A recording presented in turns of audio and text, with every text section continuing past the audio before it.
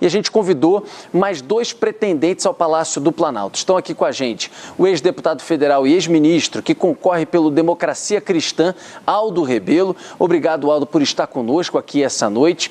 E também o fundador do MBL e pré-candidato pelo Missão, Renan Santos. Também agradeço, Renan, por aceitar o nosso convite e estar aqui com a gente no programa, me acompanhando nessa entrevista, os jornalistas Fernando Mitre e Thaís Freitas. Antes do Mitre e da Thaís, Renan, deixa eu também fazer uma pergunta. É a sua primeira vez aqui, o Aldo já teve em outros programas com a gente.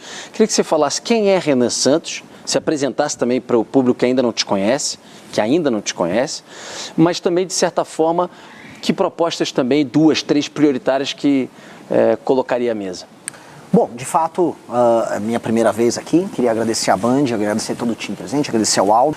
Bom, meu nome é Renan Santos, tenho 42 anos, nasci em São Paulo, sou de uma família de classe média, sou um dos fundadores do Movimento Brasil Livre, participei das manifestações que redundaram na queda da Dilma Rousseff, lutei, à época, pelo apoio à Operação Lava Jato, que depois foi demonstrada, vamos dizer, como operação útil no combate à corrupção, mas que foi desmontada a posteriori pelo senhor Jair Bolsonaro, sua família e o STF.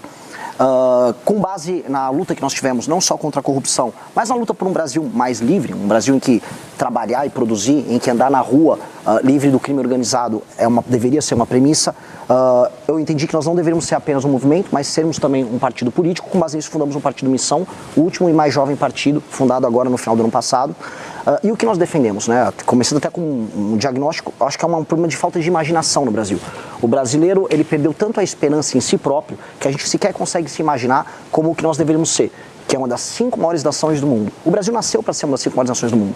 E o objetivo nosso, até por isso o nome do nosso partido é Missão, é em 30 anos colocar o Brasil na mesa com China, Rússia, Estados Unidos e Índia, determinando o que é importante no mundo. Nós temos território, nós temos população, nós temos recursos, e o que nos falta na prática é imaginação. E aí as propostas dentro dessa imaginação: devolver o território do brasileiro aos brasileiros, retirar o crime organizado das áreas que ele hoje ocupa, fazer uma reforma fiscal acompanhada de uma reforma de competitividade para permitir que empresas se instalem no Brasil e que o brasileiro tenha a possibilidade de ganhar dinheiro, gerar empregos de maneira livre, fazer uma reforma que eu chamo de lei de responsabilidade gerencial, que torne os prefeitos de fato amigos de políticas públicas que funcionem e não como meros administradores de emenda, como acontece em todo o Brasil e mantém regiões inteiras do Brasil. Eu visitei o Maranhão para ver isso, como um lugar que trata o povo como animal, administra emenda apenas para fazer desvio, mantendo um IDH baixíssimo. Então, esses desafios, esses 3 que eu elenquei, são os desafios que o mandato nosso, caso aconteça, vai mudar o destino do Brasil. Queria fazer uma pergunta política para os 2 pré-candidatos que estão aqui, sobre estratégia de crescimento. Hoje, pelas pesquisas, nós temos 2 candidatos que dominam a intenção de voto, Lula e Flávio Bolsonaro. Então, queria ouvir de vocês qual é a estratégia que vocês têm de crescimento e aí você é mais específica. Perguntar para o Renan como você espera roubar votos mais à direita de Flávio Bolsonaro, já que me parece que para o eleitor do PT é um pouco mais difícil entrar. Começando a responder a tua pergunta, eu não vou partir, e não estamos fazendo isso, da premissa que eu preciso ficar preso a buscar eleitores da família Bolsonaro. Essa estratégia eu deixo para o Zema, eu deixo para o Caiado, que estão fazendo demonstrações públicas de que eles gostam muito do Bolsonaro. O Caiado disse, inclusive, que a primeira coisa que ele vai fazer como presidente é beneficiar os Bolsonaro. E, basicamente, parte da campanha deles... Você diz a anistia? Anistia. Não, a primeira coisa que eu vou fazer como presidente é anistia. Você faria, se eleito? Dosimetria, não anistia. Tá. Dosimetria, que é o que nós votamos favoravelmente no Congresso, mas não anistia. Aquelas pessoas, inclusive, Bolsonaro, cometeram crimes. A gente pode discutir os vícios formais envolvidos ali, mas houve cometimento de crime. E eu sempre digo para os bolsonaristas, se fosse o MST a invadir os prédios públicos, o que eles diriam? Eles pediriam anistia para aquelas pessoas? Crime é crime, não importa se você está de vermelho ou se você está de amarelo. Tá? Dito isso, eu estou rodando o Brasil e eu estou falando de problemas concretos das pessoas e trazendo soluções concretas justamente no coração do eleitorado de cada um.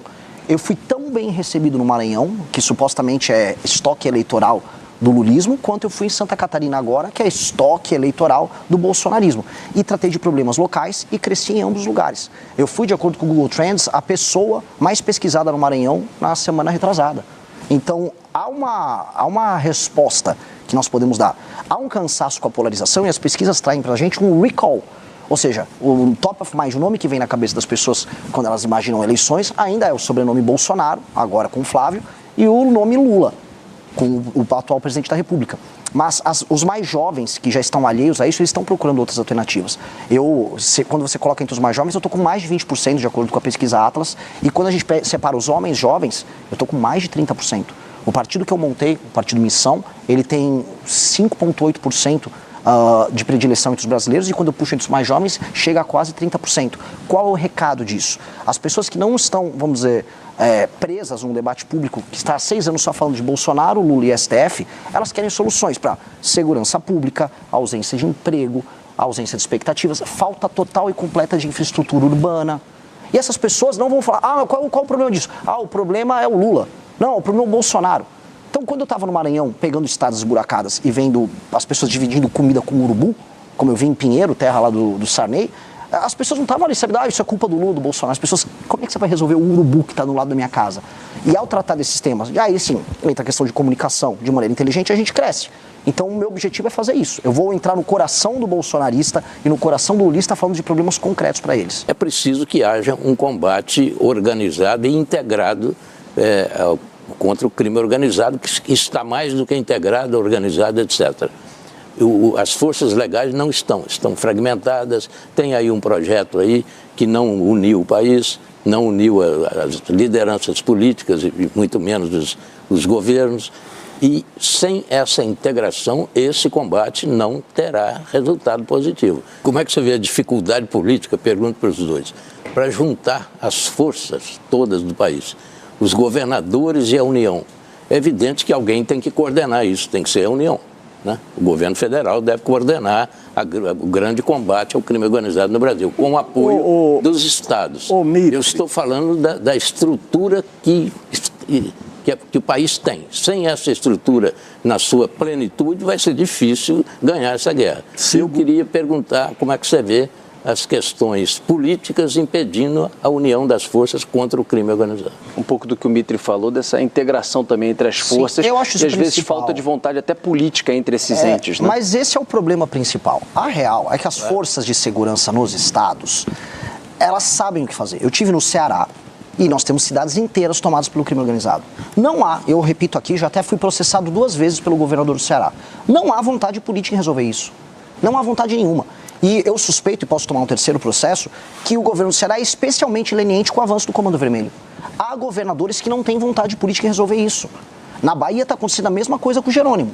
As forças policiais lá, elas reclamam, olha, eu quero fazer, nós sabemos onde há a área tomada pelo crime organizado, nós dispomos de forças, não é difícil trocar o tiro, resolver, não é difícil recuperar aquela área, mas nós não podemos fazer nada. Não há o comando, não há vontade. Uma das coisas mais absurdas que eu vi no Ceará foi, durante a tomada de uma cidade, Santa Quitéria, estavam discutindo o programa Pena Justa, que ia soltar mais bandidos, porque as cadeias não estavam supostamente em condições desejáveis para aqueles bandidos. Então, o que o presidente da República tem que fazer é, se eu eleito como presidente de maneira bem clara, o tema que me elegeu foi a destruição do crime organizado. Eu estou há 2 anos falando isso. Vai ser uma eleição plebiscitária. O cara que resolveu eleger Renan Santos, ele resolveu me eleger também e muito por conta disso. Então, chegando lá, os estados que não decidirem cooperar, dado que estamos falando na tomada de espaços do território brasileiro, nós vamos fazer um estado de defesa específico nesses estados e municípios. A cooperação precisa acontecer. E eu já aviso alguns estados. Ceará precisa. Quer outro estado? Bahia precisa. As pessoas falam muito do Rio de Janeiro, mas o estado do Ceará tem uma situação muito pior do que a carioca. O Rio de Janeiro é um exemplo bizarro em muitos termos, mas às vezes ele fica anedótico. A situação, o número de mortes para cada 100 mil habitantes no Ceará... os índices são piores. Muito piores. Talvez o número de áreas de domínio Exato. Seja esse número maior. Mais fragmentado. O Rio de Janeiro é mais balcanizado, é uma facção aqui, outra tirando ali do prédio um no outro. Mas o caso no Ceará, você está falando de tomadas monopolistas por conta do Comando Vermelho e facções auxiliares. Se o governo está parado, ora, o governo tem que ser ou substituído, aí as pessoas vão votar em outro governo, ou quando nós chegamos ao poder, se eles decidirem não cooperar, vamos fazer um estado de defesa específico, por um tempo específico, para que nós retomemos esses territórios, e só nas áreas específicas. Tem até aquelas pessoas que falam, mas e a democracia? Não existe democracia em Santa Quitéria, no Ceará. Eu vou fazer um estado de defesa e vou utilizar as forças policiais e, se necessário, as forças de segurança nacionais, as forças armadas, para fazer essas operações. Ponto. Vamos recuperar esses territórios e aí entregar direitos humanos para as pessoas que precisam. Da maneira como está, eu volto a colocar, existem governadores que estão cooperando direto ou indiretamente com o avanço do crime. E isso precisa acabar. Deixa eu só pegar o gancho. Fala, em Santa Quitéria, que ele está aqui citando, que é o caso do Ceará, existe urânio. Uma mina de urânio e fosfato há 30 anos esperando licenciamento. É urânio e fosfato. O país importa fosfato. Tem fosfato lá em Santa Quitéria esperando licenciamento. IBAMA, não sei se FUNAI está metida, Ministério Público, estão interditando Santa Quitéria. Isso aí poderia gerar riqueza para a cidade, para o estado e para o Brasil. Está lá parado. Exato. É mais fácil o Comando Vermelho fazer uma bomba suja com urânio do que a gente produzir fertilizante para nossa agricultura. Essa é a piada nacional que a gente está vivendo. Hoje as Forças Armadas reclamam muito de falta de recursos. O mundo há 20 anos, quando você tinha uma ordem global com ONU e etc., se imaginava que, olha, tudo bem, vai ser difícil alguém entrar aqui, invadir. Terras raras estão em discussão, o Brasil é a segunda maior reserva do mundo, temos a Amazônia Azul. Então, essa discussão não estava tão latente. Diante de um presidente, agora Donald Trump, que entrou para prender Maduro, que agora está fazendo o que está fazendo naquela região do Oriente Médio e tudo mais, a gente se depara, por exemplo, com a informação de que o Brasil não tem defesa aérea. O Brasil não tem defesa aérea. Se ele quiser fazer o que ele fez, o Trump, com o Maduro, entra aqui adoidado. Inclusive, o Lula teria chamado a reunião com com o ministro da Defesa também, com o Múcio e com o chefe das Forças Armadas, para falar sobre esse assunto. Qual a sua visão sobre um projeto de defesa para o Brasil diante desse mundo que a gente está vivendo? Renan, por favor. De maneira clara, eu me sinto, dadas as devidas proporções, como o Churchill pré-Segunda Guerra, avisando, olha, vai dar ruim. Aquele cara do bigodinho está avançando aqui, avançou nos Sudetos, vai dar ruim. O mundo está indo para um clima de guerra fria e que está cada vez mais quente. E as principais nações dispõem de tecnologias que a gente nem tem ideia na área militar. Pouca gente acompanhou e pouca gente cobriu no Brasil o que foi o manifesto da Palantir, que é a principal empresa de tecnologia militar hoje dos Estados Unidos. São técnicas de guerra, técnicas de cybermilitares, drones, estratégias das mais diversas que o Brasil nem sequer possui ferramentas para iniciar esse enfrentamento. Alguns dizem que até teriam usado isso na invasão lá para pegar o Maduro. Sim. Aliás, os relatos dos militares venezuelanos são assustadores. Olha, eu nunca vi o tipo de técnica que foi utilizada aqui. Nós não temos hoje condições de defender o nosso próprio território num conflito. Só que o nosso território é cobiçado. Como você colocou na sua pergunta inicial, nós dispomos das terras raras, de recursos naturais, água, território, solo fértil, e nós somos um terreno em disputa. A China estava tentando fazer sua ocupação geopolítica aqui na América Latina, e os Estados Unidos nos veem como reserva estratégica. Então nós estaremos no meio desse conflito. E é um conflito que vai chegar para as Américas, e nós temos, por necessidade, se quisermos manter o nosso território de dimensões imperiais, continentais, temos como necessidade nacionalista manter o nosso país íntegro, se defendendo usando o que há de melhor em técnica.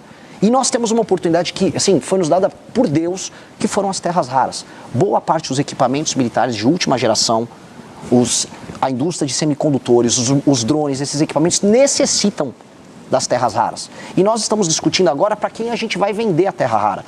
Nós temos que ter uma agenda de competitividade, ter, como ela trouxe, um espaço fiscal, por isso que eu falo muito de reforma fiscal na área da despesa. Tem que ter uma reforma fiscal na área da despesa para sobrar dinheiro para a gente fazer os investimentos corretos e, com base nisso, negociar com os Estados Unidos ou com a China, ou quem for, não só a produção das terras raras e a exportação delas, mas trazer a indústria de semicondutores, trazer a indústria bélica, fazer acordos de transferência de tecnologia e aí a gente começar a construir uma indústria de defesa de alta capacidade para que o Brasil possa se preparar para o mundo novo que vem aí. Esse mundo novo que vem aí não vai ter o Brasil só como um espectador.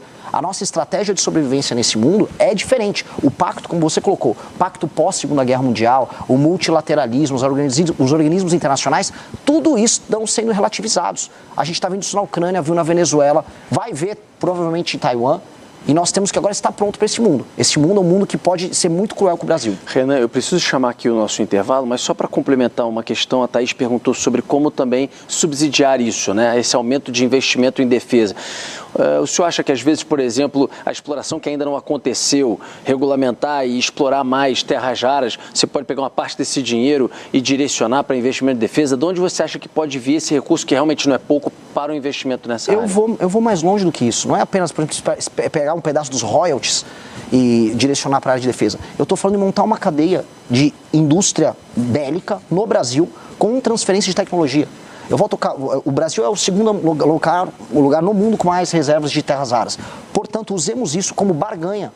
Tal tal qual o Vargas soube utilizar durante a Segunda Guerra Mundial a barganha do peso do Brasil para a instalação de indústria siderúrgica aqui. A CSN lá em Volta Redonda. Exato, precisamos utilizar isso como barganha para nos posicionarmos. E é urgente. O problema é que no debate público no Brasil, os dois principais candidatos não falam disso.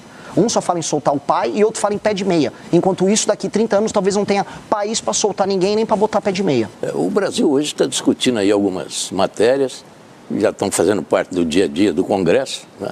Uma delas é essa redução das horas de trabalho, esse projeto que está aí. Um projeto que o primeiro projeto eu chamo de absurdo, que é o 4x3, você trabalha 4 dias e folga 3. Até que seria bom, mas é inteiramente fora da realidade. Mas o governo tem um outro que vai além disso e de maneira um pouco mais, digamos, amadurecida. A oposição tem sua posição também. Que é o 5x2, né? O 6x1 vai para o 5x2. 5x2, com possibilidade de negociar casos específicos, bem diferente do 4x3, que é inteiramente absurdo, né? Mas, enfim, esse assunto veio para ficar, vai ser discutido e vai acabar sendo indo à votação no Congresso. Né? Eu não sei exatamente se a votação vai acompanhar o que aconteceu na CCJ. Para mim, há um vício de origem nessa história. E qual é o vício de origem? O fato de ser uma PEC. Não precisava ser uma PEC. O governo é projeto. Poderia ser é que o que passou na CCJ é a PEC. Foi a PEC, mas o governo vai apresentar um projeto.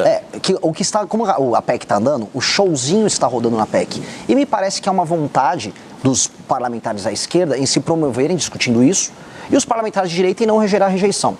Já é a segunda vez que uma pauta que é cara para a esquerda conta com a capitulação da direita. O bolsonarismo lá no PL da misoginia votou junto com a esquerda e depois fica apontando o dedo para todo mundo, chamando todo mundo de comunista se você não apoia cegamente o Bolsonaro, o que é uma covardia, uma capitulação. Inclusive combina muito com o Flávio Bolsonaro, que não gosta de ir em programas como esse aqui e que disse publicamente que não pretende mostrar suas propostas porque isso pode tirar voto dele. Eu tenho que falar o que é impopular. Este projeto, ele é picaretagem. E é picaretagem para pegar, especialmente trabalhadores urbanos que gastam boa parte do seu dia no trânsito, e é uma pessoa que sai de uma periferia e vai trabalhar no centro aqui em São Paulo, demora 2 horas. Perde 2 horas para ir, 2 horas para voltar. Quando você vê, ela perde mais de 20 horas uma semana só em trânsito. Perde tempo de ficar com a família, tempo de ficar com os amigos, tempo de se qualificar, tempo de fazer um curso, um treinamento. Essa pessoa, na prática, sofre isso. Aí eles pegaram essa dor e estão tentando voltar a ter um tipo de conexão com o trabalhador comum, conexão que eles perderam porque passaram os últimos anos só falando de sou trans ou não sou mulher ou não sou, umas discussões bizantinas que não têm utilidade prática nenhuma para o trabalhador. E eles em pesquisa, o PT já encomendou pesquisa, viram que eles estão perdendo esse trabalhador. Então eles puxaram essa pauta simplesmente para poder voltar a crescer em termos eleitorais com essa população. Eu concordo com o Aldo no aspecto de que nós temos que acompanhar as legislações internacionais que estão funcionando, e não só dos Estados Unidos e da China. A gente está perdendo nas cadeias globais de produção espaço para o Vietnã, para a Índia, e a Índia está num acelerado processo de industrialização. E quando eu acompanho as leis trabalhistas em todos esses lugares, elas são muito mais flexíveis. O que eu preciso avisar para o trabalhador brasileiro é: você precisa de flexibilidade para fazer seus contratos e o seu trabalho, como acontece nessas outras nações, em que a renda do trabalhador aumenta e o trabalho formal aumenta. Aqui o trabalho formal diminui e a renda do trabalhador está apertada.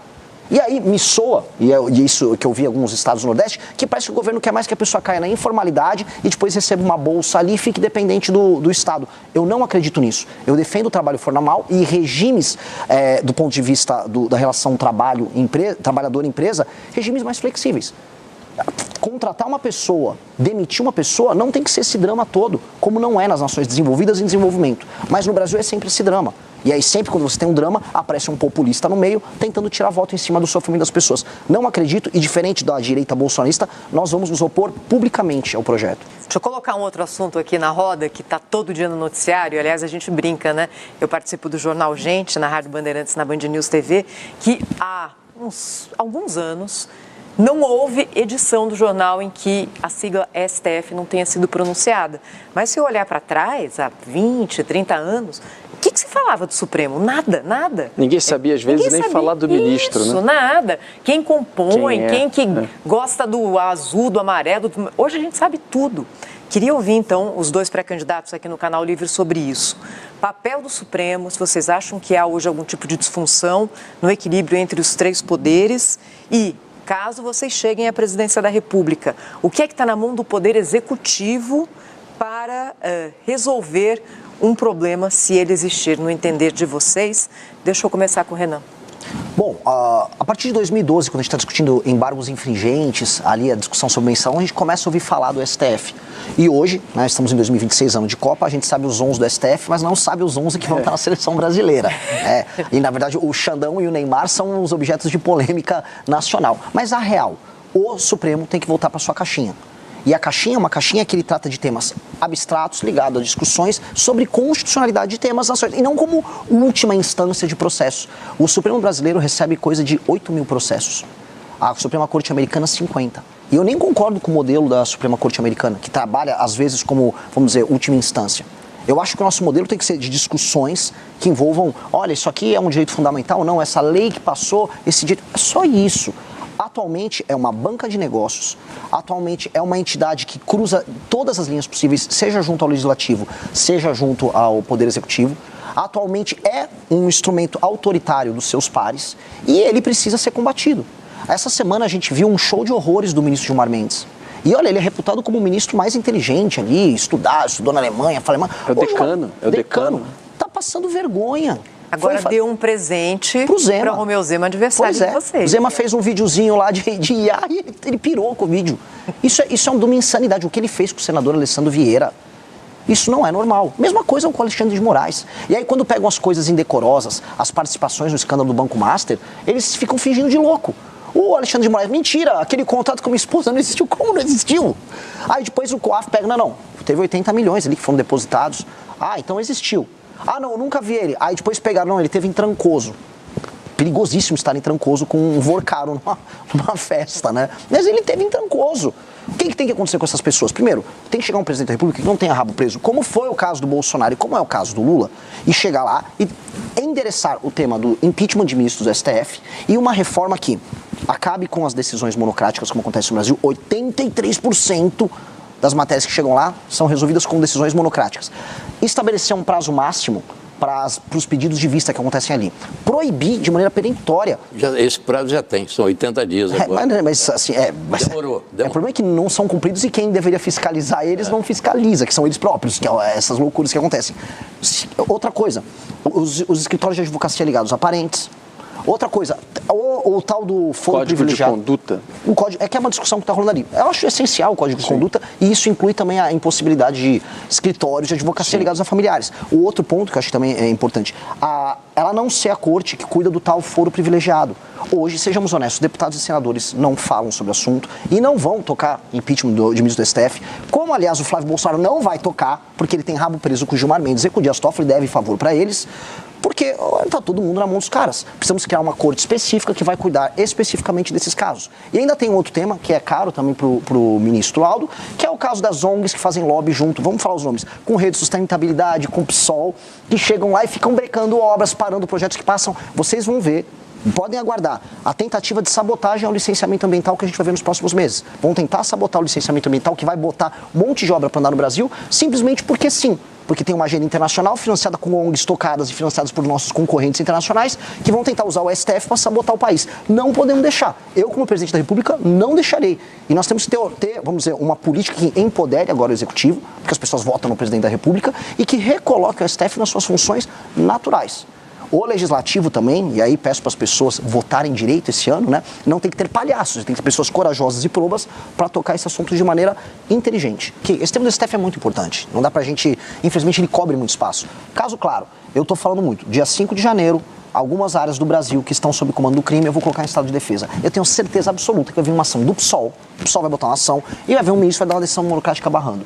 Só que se o pedido do estado de defesa passa pelo processo legislativo certinho, obtive a maioria, conseguir, aí a decisão ilegal não se cumpre. E nós temos que estar prontos para ter um presidente da República que não obedeça uma decisão ilegal que venha do STF. Decisão ilegal não se cumpre. Inclusive já não se cumpriu antes. Uma vez houve uma decisão do Marco Aurélio mandando afastar o Renan Calheiros, 2016. Renan Calheiros, com nenhuma qualidade moral, vamos deixar claro, falou não.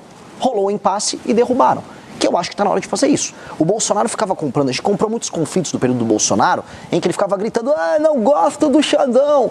Aí depois chorava no telefone com o Xandão, como foi relatado, pediu ajuda para o Michel Temer. Não é assim que se resolve. Institucionalmente você vai ter que dar um break. Porque o Supremo vai fazer o quê? Vai te dar um golpe de Estado?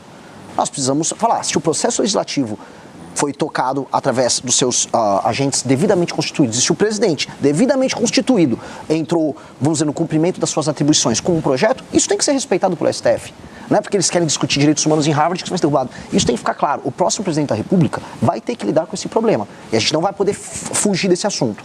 A nossa representação política no Brasil é inteiramente equivocada. Ela não representa o que deveria representar. Há alguns projetos muito bons que estão perdidos por lá, propondo voto distrital, sistema misto, como na Alemanha, propondo voto em lista. E isso deve voltar agora. Eu queria saber a opinião de vocês. Voto distrital, vai? Não vai? O voto atual, ele funciona? Claro que não funciona. Vocês concordam com isso? Eu não acredito no voto distrital puro, porque o voto distrital puro no Brasil é apenas empoderamento do centrão. E a gente tem um modelo político através de emendas e cooptação que é um desastre. E a gente, quanto mais roda o Brasil, mais a gente vê que existe uma versão do voto distrital, que são os políticos que cooptam, vamos dizer, as prefeituras locais, distribuem emendas, compram o voto e se mantêm com suas famílias por muito tempo. A reforma que eu quero, estou chamando de lei de responsabilidade gerencial. É uma norma que altera a seguinte coisa: o sistema de incentivos para o funcionamento das prefeituras. E o foco tem que ser no prefeito. Um prefeito, hoje, ele ganha uma eleição fazendo um show do Wesley Safadão com a emenda do deputado aliado, e aí compra de voto puro e simples. Isso os municípios pequenos do Brasil funcionam assim, e a gente não pode fugir disso. Até porque não existe democracia na prática no Brasil. Um país em que tem compra de voto, a gente tem uma democracia nominal. As pessoas são cooptadas no período eleitoral, seja pela máquina pública, seja pela compra de votos, seja pelo Caixa 2, votam ali no grupo familiar e o jogo segue. Nós precisamos, então, fundir municípios, estabelecer critérios objetivos de avaliação dos prefeitos, de modo a um prefeito, se quiser participar de uma reeleição, ele vai ter que cumprir no mínimo. Se ele tem 10% de cobertura de esgoto naquele município, entrega, vamos supor, 20%. O IBGE, o IPE, órgãos podem trabalhar nisso. E estabelece esses critérios. Melhora no ranking do SAEB, melhora cobertura de esgoto, melhora índices ligados ao atendimento nas UBS, nos municípios. Obteve esses índices, participa da reeleição normalmente, pode até fazer seu show do Wesley Safadão. Não obteve esses índices, o prefeito tem que ter uma sanção. E a segunda coisa, que é super simples de resolver: o fundo partidário eleitoral no Brasil, que já é altíssimo, ele não tem que ser condicionado pelo número de tiriricas ou Nicolas Ferreiras ou Érica Hiltons que você elege no seu partido. Ele tem que ser condicionado a esses critérios de desempenho objetivo dos seus prefeitos. Então, um partido tem os prefeitos obtêm bons índices de desempenho, metrificados de maneira objetiva, portanto, atendem ao interesse da população local, mesmo quando a população local não saiba avaliar. A população local no Brasil não sabe avaliar, por exemplo, a importância do saneamento básico. Não cobra, eu quero meu saneamento, ninguém cobra, até porque a obra está acontecendo debaixo da terra. E aí ninguém liga mesmo com o marco do saneamento sendo passado. Então, fazer isso obriga os partidos a: opa, eu quero colocar bons prefeitos que vão obter bons índices de desempenho e assim eu tenho mais dinheiro para reinvestir em mais bons prefeitos e administradores públicos de qualidade. Com esse sistema de incentivo, de um lado, e com a punição para o líder político local e para o partido não poder concorrer à eleição, inclusive ficar inelegível por 8 anos naquele município, aí a gente começa a balancear. A gente estabelece critérios objetivos de avaliação. E isso a gente começa a dimensionar a necessidade das emendas, a função dos deputados federais e a função dos partidos políticos. Porque hoje o partido político é só um nome. Qual a diferença do PSD para o PP, para o União Brasil, para o MDB? Praticamente não serve para nada. A representação popular, do jeito que está, se manteria. Lógico, você vota na eleição. Acontece que um prefeito fica 4 anos, Mitre, no município, Sim. Pega aquele município com 2% de esgoto, e aí termina com 2% de esgoto, ou água potável, e a população o reelege. Mitre, a população reelege ele porque a população está num nível de pobreza que ela naturalizou o absurdo. E aí esse prefeito não tem nenhuma obrigação em aumentar a atividade econômica naquele município, nenhuma, continua com o pires na mão pedindo dinheiro do fundo de participação dos municípios, o dinheiro chega, ele não faz nada de útil, faz o famoso show do Wesley Safadão, do Natanzinho no município, coloca a turma na prefeitura, coopta a galera, faz Caixa 2 com o dinheiro desviado das emendas que estão na casa dos mais de 60 milhões, e o jogo segue e ele é reeleito. Quando a gente vai nas pequenas prefeituras dos lugares mais pobres do Brasil, a gente vê isso. Por que é reeleito o prefeito que não melhora nenhum indicador básico? O prefeito, portanto, não está cumprindo seu papel constitucional de atender às demandas da população. E a população não sabe avaliar. A gente vai precisar ajudar a população a avaliar de alguma maneira. E esses critérios objetivos têm que estar presentes nisso. A não ser que a gente aceite as coisas como elas estão. Tudo bem, eu vou ver o Maranhão para sempre, sem rua, sem esgoto e com atividade econômica baixíssima. É isso que a gente quer? A gente chama isso de democracia? Eu não consigo concordar. Então uma reforma tem que passar por isso. Porque se não alterar isso, é distrital misto, é distrital puro, é o modelo alemão, é o modelo português com a lista fechada, não vai fazer diferença. Porque o sistema de incentivos vai ser o mesmo. Qual a sua posição sobre as privatizações? A gente está vendo, por exemplo, algumas estatais como o Correios, né, apresentando um déficit gigantesco nesses últimos anos. O senhor, caso presidente, manteria essas empresas estatais ou o senhor pensa em privatizações? Sou favorável, dependendo do caso. Agora, num modelo mais amplo, a gente tem que entender que com a chegada da inteligência artificial, machine learning, a gente vai poder utilizar a centralidade do Estado de maneira eficiente como nunca antes na história do Brasil. Eu estou muito otimista. A Petrobras ser pública ou ela ser privada é pequeno perto do que a Petrobras e o setor todo vai poder fazer um mundo em que o conhecimento ele vai ser compartilhado. É uma novidade muito grande nisso. Um exemplo, mais que não seja uma empresa pública, o SUS, com o uso da inteligência artificial, do machine learning, do prontuário único, de aplicativos que vão fazer com que você possa se consultar com o médico na hora, ele vai passar por uma revolução nos próximos anos. Eu era, como liberal, não gosto do SUS, tudo que é tem único no nome, eu sou meio contrário. Hoje eu já olho o modelo centralizado do SUS, junto com a tecnologia, com o machine learning, como uma dádiva. A gente vai poder fazer uma revolução na área da saúde, como os Estados Unidos hoje não podem fazer. Como a Inglaterra está pensando em fazer, como El Salvador, a gente citou o Bukele agora há pouco, está fazendo, e o modelo deles é sensacional. A gente fala muito de segurança, mas a área da saúde é uma revolução. E aí a centralidade do Estado, o papel articulador de forças, agora surgindo também como um papel articulador de inteligência, pode tornar o Brasil um país muito, não só eficiente em entregar seus serviços, mas muito poderoso. A gente poder usar as terras raras, utilizando o Estado como, por exemplo, um fomentador dessas empresas de tecnologia que vão fazer transferência de tecnologia com empresas americanas e explorando esses recursos, o Estado não passa a ser um inimigo, ele passa a ser um parceiro nessa construção. E eu acho que esse futuro vai ser próximo. A gente precisa finalizar. 1 minuto, se você puder também, Renan, na sequência, bem considerações curtinho. Finais. De maneira clara para o nosso espectador, disseram para você que o seu futuro é viver uma casa com muro, com medo de sair na rua porque pode ter seu celular tomado, tendo um emprego porcaria e assistindo as grandes coisas do mundo acontecerem em outros países, Estados Unidos, Japão, China, Coreia. Você aqui no Brasil é um espectador e no máximo torce para um time de futebol que hoje nem é tão competitivo. Pois bem, o Brasil pode ser glorioso, você pode viver num país em que o bandido vai ser muito preso ou morto quando precisa. Você pode viver num país em que ganhar dinheiro não será um privilégio, mas será a regra. Você pode viver num país que será uma das 5 nações mais importantes do mundo. Você precisa ter imaginação, sonho e acreditar nas pessoas certas na hora certa. Não fique nessa história de Lula e Bolsonaro. Isso é o passado. O futuro e o presente já estão chegando. E o futuro, meu amigo, é glorioso. Aguardo você nessa aventura.